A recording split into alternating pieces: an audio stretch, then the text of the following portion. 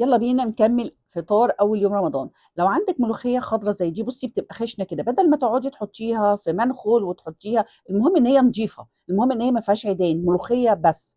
حطيها في كبه وطحنيها وهتطلع ناعمه تحفه تحفه.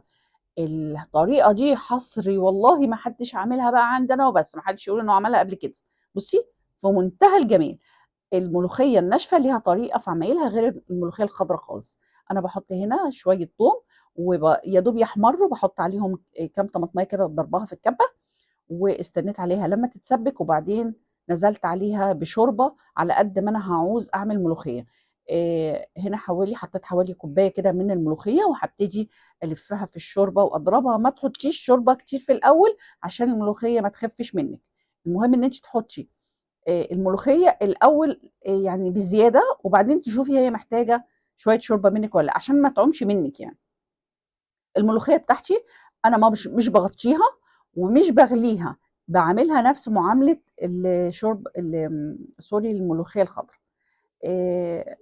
في طاسه هنا بقى هحط فيها حته سمنه بلدي كده، واحط شويه توم تانيين علشان احنا محتاجين نعمل الطشه بتاعتها. ومجرد ما لونها احمرت كده، حطيت الكزبره الناشفه بتاعتي، وهقلبها تقلبتين. اول ما تشمي ريحه الكزبره على طول تشيليها، ما تستنيش عليها لما تتحرق منك. دي نص معلقه من السكر لازم احطها الملوخيه، هتسكرها وتخليها تحفه، مع ان الملوخيه الصعيدي دي لا يعلى عليها. هبتدي احط ملح للملوخيه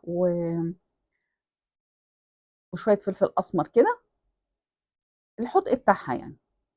كانت الطشه بتاعتي كانت خلاص اتحمرت، وهبتدي انزل بالملوخيه عليها وارجعها تاني. وربنا يحسن ما بين ايديكم جميعا يا رب. ما تنسونيش في اللايك، وكل سنه وانتم طيبين. اشوفكم على خير في الفيديو اللي بعد ده.